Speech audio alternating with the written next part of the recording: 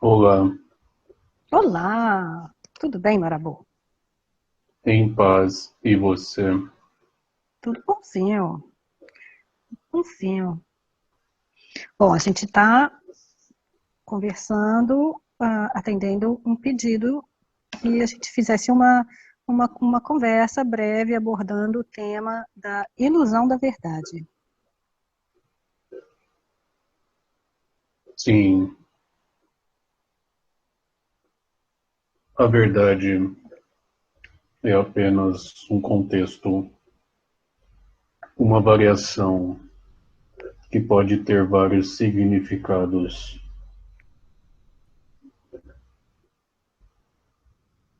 Pode ser o caso estar de acordo, expor fatos ou a realidade de cada observador, ser fiel a origens, a um certo padrão,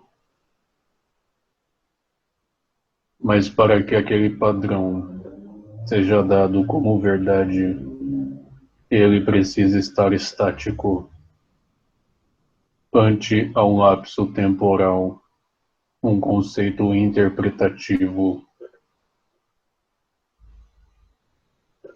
O sentido de fidelidade em si já é um contexto interpretativo sobre o que você é e o que você vê, ser sempre passado ante ao que você interpreta de si mesmo, uma constância ou uma cineridade em atos. A verdade pode significar o que é real ou possivelmente real dentro de um sistema de valores. São preposições, um contínuo entre crenças, as verdades factuais que não são interpretativas e sim fatos históricos decorrentes de passado, presente e futuro que são interpretativos. Crenças e o dado conhecimento e crenças ditas como verdadeira, justificáveis. Em si, o que se dá como conhecer já é uma crença justificável em aplicações ditas como verdade em um certo grupo. Qualificações sobre imaginário, dita realidade e ficção. Conceitos centrais, antropólogos, culturais, artísticos, filosóficos e dentre a própria razão de um determinado grupo. Compreende?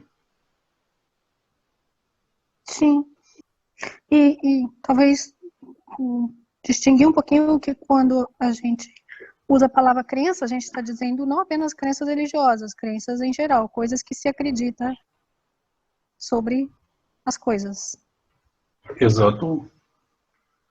A linguagem em si é um padrão que de comum acordo se usam padrões de expressão vibracional interpretado como sons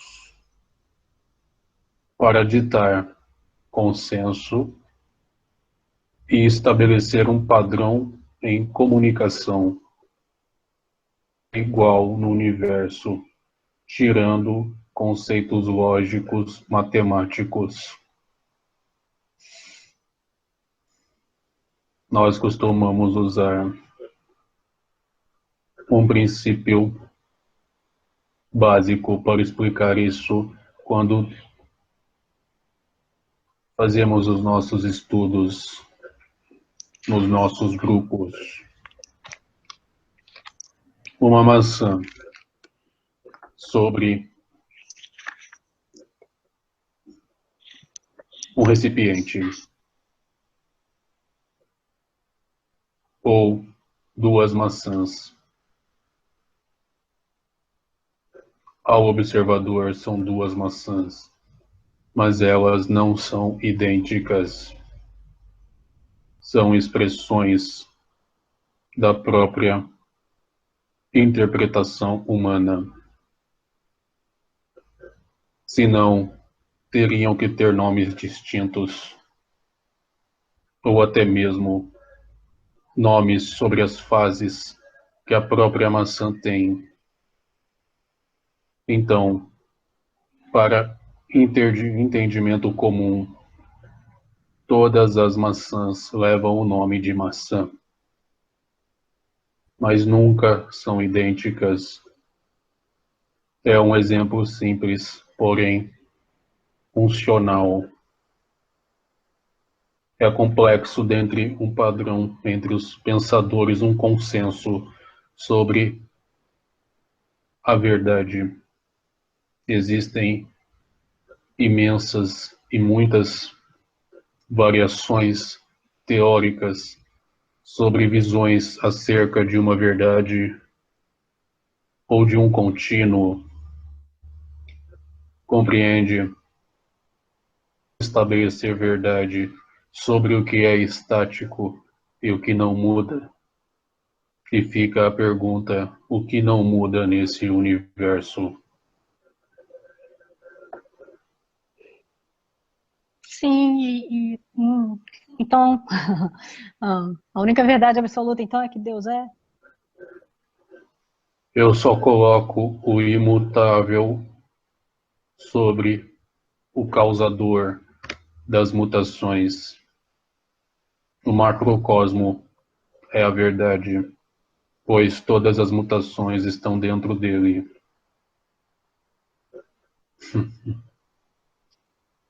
E fala um pouquinho da influência, então, do que se considera como verdade nas decisões, no comportamento e na maneira de se interpretar o mundo.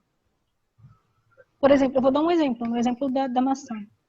Se eu considero que todas as maçãs são iguais, se eu tenho essa crença, todas as maçãs são iguais.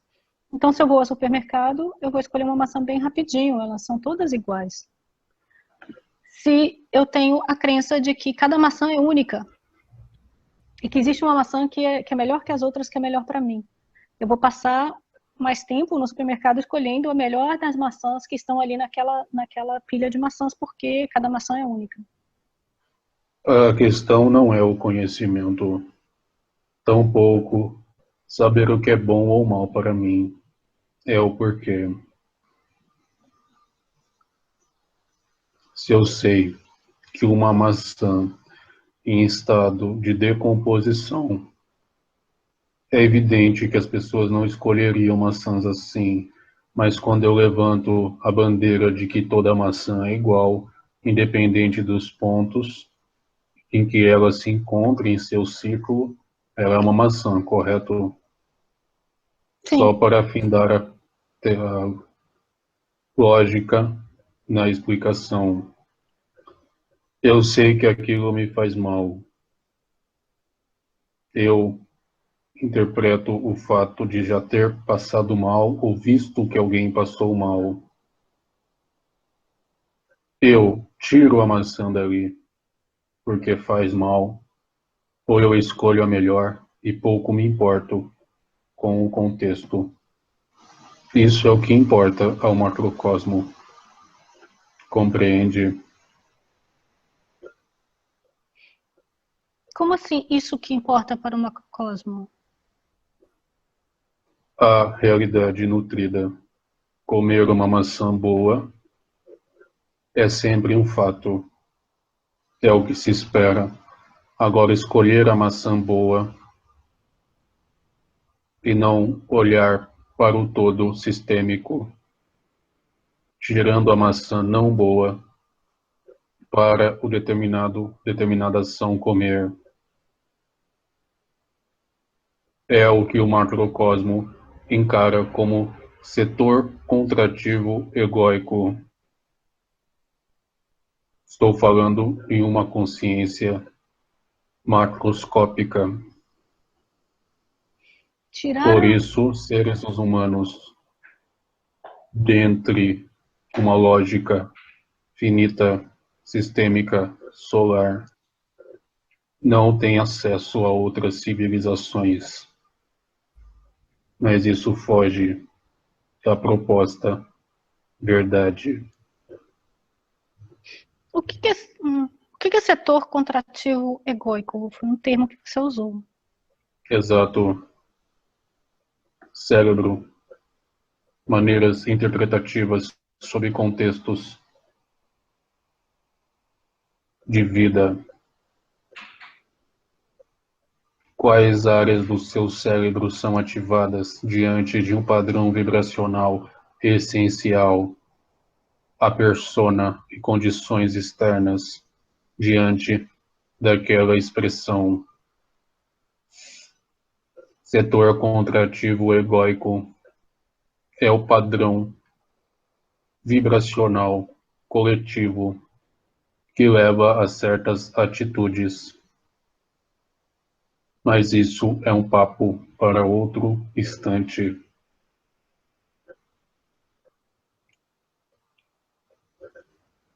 Ok, sim. Existem várias linhas de raciocínio dentre a lógica, processo sistêmico e funcional. O que queremos dizer é que, independente da interpretação sobre um contexto temático, independente das informações, o que importa é o que se faz diante de tal informação, é o que se é diante de tal saber, é a consciência expandir diante de um consenso sistêmico no seu universo, na sua bolha ou na bolha coletiva. Eu sou um funcionário, só um ponto, me perdoe. Sou um funcionário de uma empresa. Eu vendo algo por R$ 10. Vem um determinado cidadão, só estamos eu e ele. Eu posso vender por R$ 20, porém, eu penso, eu não irei vender, porque isso não é certo diante do que eu acho adequado e justo, ou eu não irei vender, porque ele falaria para alguém e aquilo levaria prejuízo a mim. Em ambos os casos, eu sei que o que é certo é vender por R$ 10. Mas por que eu vendi por R$ 10 é a grande questão. Em que ponto se dá os fatos e a verdade? Compreende? E, então, isso seria o que se chama de verdade nutrida? Exatamente. Impulso puro. E mesmo assim, como ela está fora do que dá como real, explicado em uma outra conversa, a dimensão real está depois da verdade nutrida, da intenção pura. É evidente que eu não posso trazê-la para esse contexto em manifesto no real, mas eu posso estudá-la e expressá-la da melhor forma possível. Compreende? Então, você pode falar da relação, então, entre o autoconhecimento, a autoexperimentação e a verdade nutrida? Quando eu estou nessa situação entre vender por R$ 10 ou 20, naturalmente eu me projeto sobre as consequências de tal ato. O fato de você ter a probabilidade de vender mais caro e aquilo vir à sua mente, você pode experimentar a proposta mental. Você pode se conhecer diante daquele momento. Você pode ver qual é a sua verdade nutrida, evidentemente filtrada pela persona, condições externas e o eu naquele lapso. Usar tudo isso como ferramenta. Entender que se a proposta de vender por R$ 20 ocorreu é uma consequência de um momento nutrido no passado. Entender que mesmo naquele lapso curto de realidade, eu estive na oportunidade de me melhorar, de me compreender e de ser um homem mais autossustentável de si mesmo. Eu não diria que vender por R$ 20 é errado, porque é uma perspectiva que, a meu ver, que é só experiência. Porém, diante de uma analogia e de uma ótica social, é evidente que não é justo. Compreende? O que seria, você usou esse termo agora, o que seria uma pessoa mais autossustentável de si mesma? Nós estamos sempre em conjunto, mesmo diante dessa ilusão do eu, você ou eu, somos uma fração de nós mesmos, onde temos a interpretação da persona construída pela experiência que nos levou até o agora, crenças obtidas por conceitos de estudo, a busca da felicidade em contextos ilógicos e a própria contextualização do real diante da própria vida que a essência se propõe. Além disso, várias outras essências em conjunto sustentando a proposta. Toda essa comunhão é você. Quanto mais autêntico, quanto mais sincero consigo mesmo, mais essência natural, incorruptível, transpassa e mais eu maior se coloca nas experiências e você se sustenta naturalmente, causando um enaltecer em todas as essências que estão ali e sustentando e tendo as experiências sobre outros pontos de vista. Não há caridade proposital, isso inexiste. Há uma proposta de vida sobre óticas distintas. Compreende? O que seria uma caridade proposital? Fazer algo intuito de um prol pessoal ou coletivo. Isso é ilógico.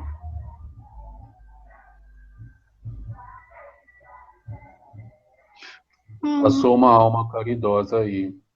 Desculpe. Vamos ao foco. Sim. Quando você, em uma analogia evidente, tropeça, perde o equilíbrio, os cristais dentro do seu ouvido lhe enganam e você vai em direção ao chão. Seu corpo, inconscientemente, mas racionalmente, coloca as mãos à sua frente e você se protege. É um comparativo natural. A caridade é uma expressão não raciocinada. é uma expressão natural do ser que se coloca consciencialmente em vida. A vida é caridosa. Então, quando uma pessoa está caminhando na rua e ela vê um mendigo e ela tem um impulso de ajudar aquele mendigo, mas aí ela fala para ela mesma, uma racionalidade, o mental dela propõe, ela fala, se eu der dinheiro para esse mendigo, ele vai beber com esse dinheiro, ele vai se embriagar com esse dinheiro.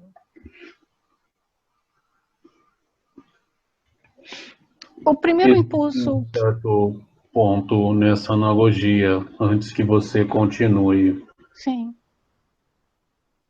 O impulso em fazer a doação, porque se é um impulso, não é natural. Pode ser do subconsciente, do próprio mental, propondo uma experiência de autoanálise, ou uma ação natural do coletivo que ela se propõe a estar. Mas, por favor. Eu queria entender a comparação, porque você fez a comparação quando você cai e o corpo instintivamente coloca as mãos na frente, numa caridade a você. E comparar com uma Uma ação... caridade ao conjunto. Sim, uma caridade ao conjunto. Mas quando a pessoa está caminhando na rua e ela tem esse instinto, esse movimento... Ela só doa, ela não pensa. É complicado levar essa energia da doação de dinheiro, porque há muita influência sobre esse tema especificamente. Não, mas eu queria comparar com quando ela vai doar e se para. Aí ela teve um momento interpretativo sobre o impulso, que pode ser de várias fontes distintas. É uma experiência. Podemos usar outra analogia. Você está andando na rua e alguém cai. Se você vai ajudar e para e pensa e não ajuda e recua, aquele impulso não é natural e nutrido. Porque o impulso, que é um pulsar da alma, é tão intenso que não lhe dá a possibilidade de raciocinar sobre algum ato. Quando você se vê, você já está de joelhos levantando a pessoa. O impulso anula a interpretação mental, desativa. Entendi. Então seria como se eu simplesmente fluísse com aquilo, com aquela Exato, experiência. exato. Enaltece o mental, você entra em estado de graça, mesmo que em um lapso de momento. É muita energia para decodificação das limitações do mental. É a mesma energia que sustenta os campos. Por isso, sois deuses é tão usado. Nesse momento você brilha como os ditos anjos. E a verdade se manifesta em um fato que pode ou não ser interpretada, porque aquele fato é um lapso da história, um flash da existência.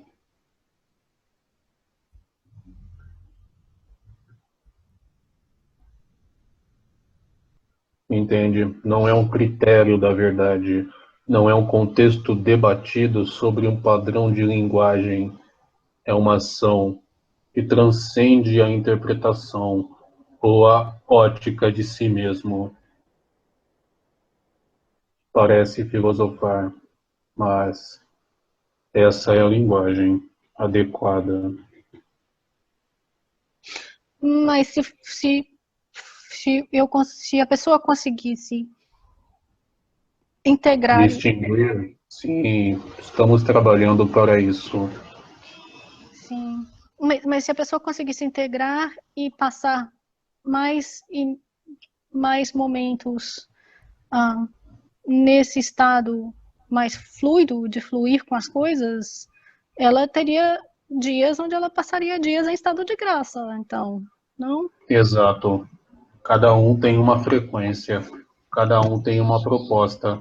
Todos têm momentos de graça em suas vidas, mas a busca pela felicidade ilógica e externa faz com que as pessoas se percam da verdade e acreditem em critérios de verdade externos sobre condições externas, ditas como normal, porque o padrão de linguagem dá a maçã sempre maçã. Compreende? Sim, porque se a pessoa, se eu estou tentando buscar no externo, eu não consigo fluir. Também, mas entendeu a correlação com maçã? Maçã, a maçã é a proposta do mental? Não. Abre No mais a início caixinha da nós maçã. falamos Ah, das maçãs que a todas iguais ou maçã não serem diferentes. iguais. Sim. Então a felicidade não é igual. Mas o contexto idealizador de que a maçã é igual faz com que a felicidade, de forma inconsciente e coletiva, seja igual. Padilha nos traz um exemplo magnífico. Um casal de namorados procura a felicidade? Não. Eles procuram ideais próprios de felicidade, e a ilusão de uma felicidade conjunta causa atritos, pois o contexto é ilógico, mas a compreensão do mesmo se dá incompatível diante das maçãs diferentes com o mesmo nome.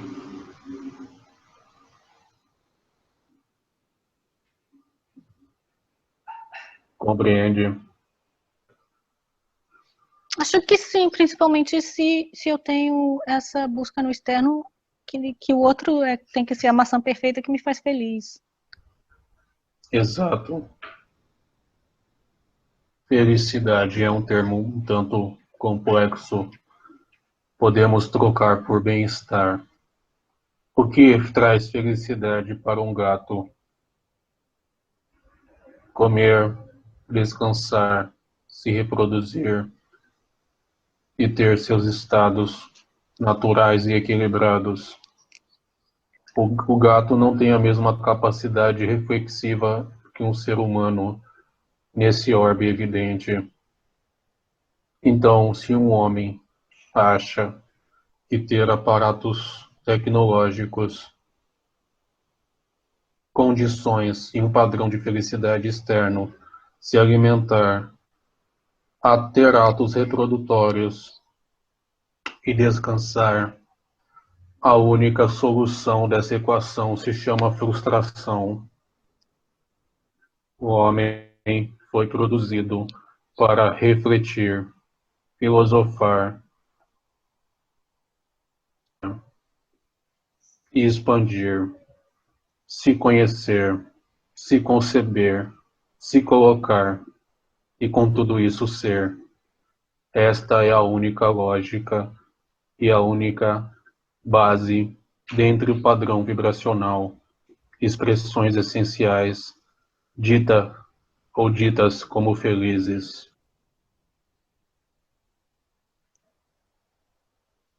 Por isso, alguns amigos espirituais nos trazem o contexto e martelam na mesma tecla, com uma bigorna sobre um botãozinho de um computador, dizendo: vocês são mais do que vocês pensam ser.